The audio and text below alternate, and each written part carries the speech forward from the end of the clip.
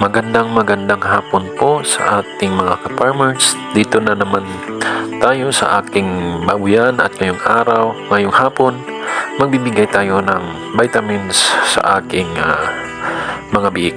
Dahil ika-14 days na ng ating mga biik, ngayon, balik kakauwi ko kulang din galing sa aking trabaho, kung kaya hapon na tayo magbigay ng vitamins dyan sa ating alagang biik. Meron po tayong 14 heads na malulusog na mga biik dyan.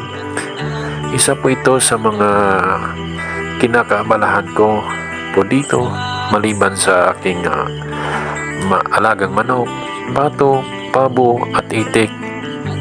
Kung kaya't sobrang busy din ako dahil tuwing umaga bago papasok ng trabaho, nabibigay muna ako ng mga pagkain dyan sa aking alagang baboy, manok, pato, pabo at itik.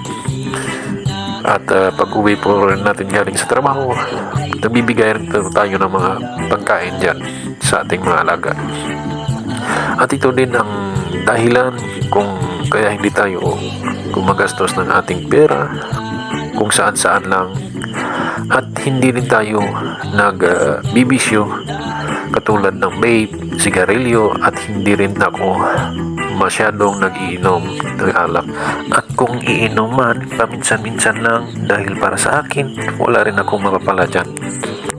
Katulad ng vape, sigarilyo, gagastos ka lang dyan at wala ring babalik na pira sa'yo, at maaari ka pang magkasakit dyan. Dahil sa isang vape, nagkakahalaga yan ng 5,000 to 10,000 kung mamahalin yung vape. Imbis na pambili ko ng ganyang bibilihin, ibili ko na lang yan ng isa o dalawang biik.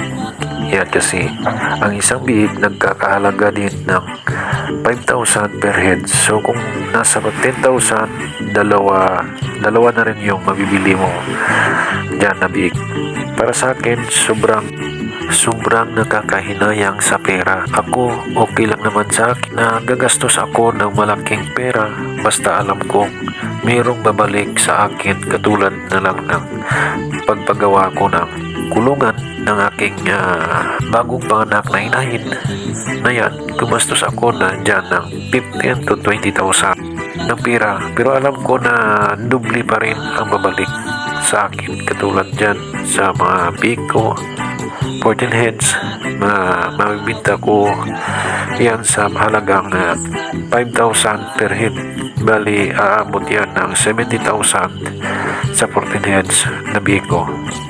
So, dubli pa or tripli pa ang bumalik sa akin na pera. Kaya ano pang ginagawa mo? Huwag mo sayangin ang oras at pera mo. Magnegosyo ka sa alam mong kaya mo.